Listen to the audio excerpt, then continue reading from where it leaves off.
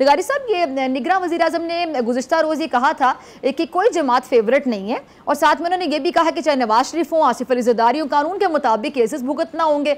अब निगरान हुकूमत जो नैब तरामीम फैसले उसको खुद चैलेंज कर रही है, तो क्या इसमें जानिबदारी का अंसर नहीं आएगा? नहीं, वफाक का तो ये हक है ना, इख्तियार है। अगर किसी फैसले से इत्तेफाक ना हो तो वफाक फेडरेशन जो है वो अपील कर सकती है, और इस तरह की कोई ऐसी बात नहीं है। और ये उनका अपना राइट है, और उसका काबीना का फैसला हुआ होगा। जिस तरह भी फैसला करे, कौन से फैसले को चैलेंज करना है, कौन से नहीं करना है, उनको मिनिस्ट्री ऑफ लॉ ने भी कोई वो बताया होगा, कोई इस सिलसिले में कोई निशानदेही की होगी, कोई अगर कुछ चीजें रह गई हैं उनके बारे में बताया होगा, या इसी तरह से जो है वो अटॉर्नी जनरल ऑफिस ने कोई चीज बताई होगी। तो हो सकता है कि इन चीजों पर वो जा रहे हों, तो अपील में जाना तो कोई मसला नहीं है। आखिर सुप्रीम कोर्ट ही गए हैं, किसी और जगह तो नहीं गए हैं। अच्छा लगारी साहब, ये जो इलेक्शन का कहा जा रहा है कि जी इलेक्शन जनवरी में होंगे, तो आपको माहौल गहमा गहमी जो इलेक्शन से पहले होती है, आपने तो बड़े इंतखाबात बतौर सहाफ़ी भी कवर किए, तो आपको लगता है कि इलेक्शन वाकई जनवरी के आखिरी हफ्ते में हो जाएंगे? क्योंकि इलेक्शन से पहले एक जो माहौल होता है, गहमा गहमी होती है, वो काफ़ी लोगों को लगता है कि अभी नज़र नहीं आ रही। इस तरह की गहमा गहमी की उस वक्त तो जरूरत भी नहीं है जब तक के इलेक्शन की डेट अनाउंस नहीं होती है। अभी तक डेट अनाउंस नहीं हुई है, और एक हफ्ता टेंटेटिव बताया गया है कि जनाब ये जनवरी का आखिरी हफ्ता होगा। जनवरी का आखिरी हफ्ता जो है, हमारा गुमान ये है कि महीना तो अनाउंस हो गया 24 तारीख जी हो गया। 24, 25, 26, 27, 31 जनवरी तक कोई भी तारीख हो सकती है, और अगर तारीख भी बता दी जाती तो ठीक होता। लेकिन इंतखाबी मुहिम के बारे में जो हमारे गुमान है कि जनाब कोई बहुत ज्यादा पुरशोर किस्म की होगी, अभी तक भी कंफ्यूजन बहुत से मामला में बाकी है। बहुत सी चीजों के बारे में अभी तक चीजें क्लियर नहीं आई, या लोगों को क्लियर नजर नहीं आ रही। जैसा कि लगारी साहब, जी मैं वही अर्ज कर रहा हूँ कि इलेक्शन, पहले सवाल ही इलेक्शन पर है कि इलेक्शन होंगे या नहीं होंगे, ये साफ तौर पर। फिर डील हुई है नहीं हुई है, फलां के साथ क्या डील हुई है, फलां के साथ क्या डील हुई है, इस तरह का जब तक माहौल रहेगा कोई चीज सामने नहीं आएगी। और बहुत सी चीजों का डिपेंड करती है कि 21 को क्या होता है। 21 को वो जो हमने सुना है कुछ टेक्निकल लैंडिंग होगी, वो क्या चीज होती है हमें अभी तक समझ नहीं आया है। और लैंडिंग होने के बाद फिर क्या होगा, फिर उसके बाद क्या कानून का क्या तरीक़ेकार होगा, कानून। और हमें कुछ चीज बताई भी नहीं जा रही है कि भाई आपने मूव किया है, एक कन्विक्टेड लीडर को आप जेल से निकाल कर बेल पर 4 हफ्तों की ये कह कर के ठीक हो जाएंगे, और उसके बाद लेकर गए और बहुत मुद्दत के बाद वापस आ रहे हैं।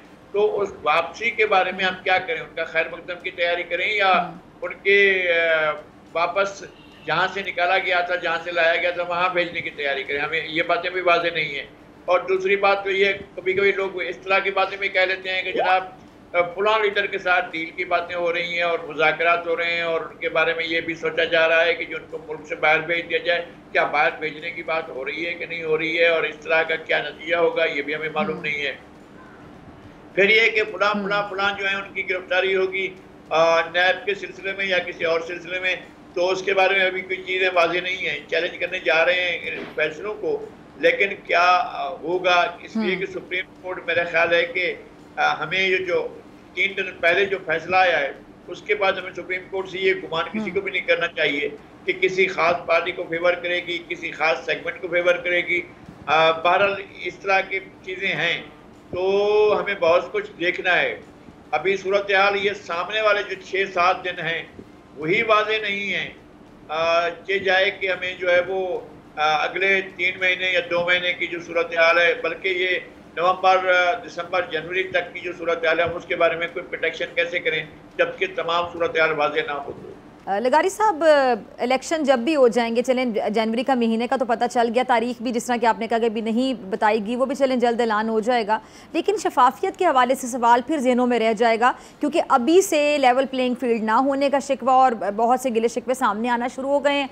तो हमेशा की तरह कि इस बार भी हमें जब भी इंतखाबात होते हैं, जब भी इंतखाबात के रिजल्ट आते हैं, नताइज आते हैं, सिर्फ जीतने वाला जीत को एक्सेप्ट करता है, शफाफियत पर इत्मीनान का इजहार करता हुआ दिखाई देगा, और हारने वाले यही कहेंगे कि धांधली हुई।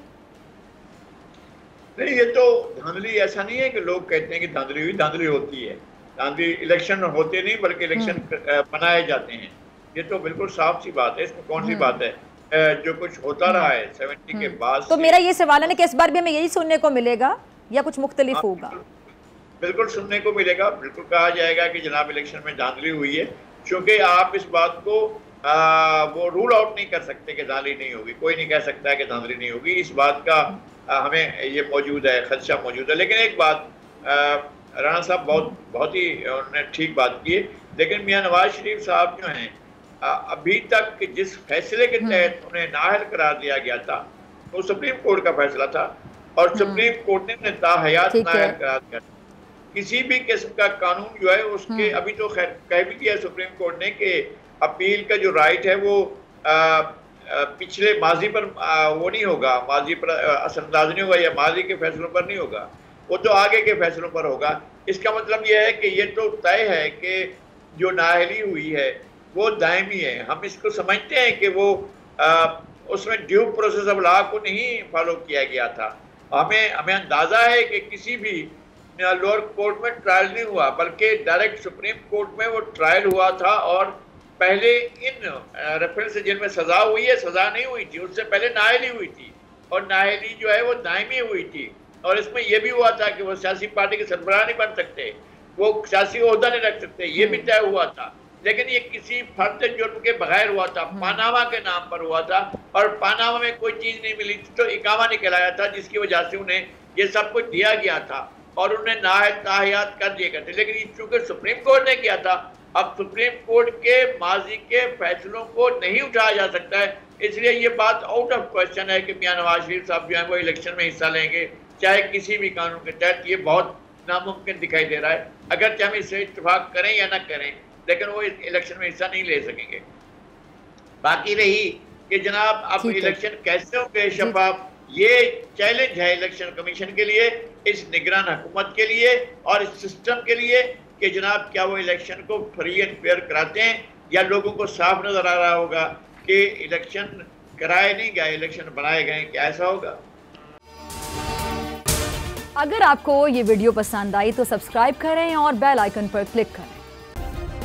सब्सक्राइब करें और बेल दबाएं ताकि कोई खबर रह न जाए।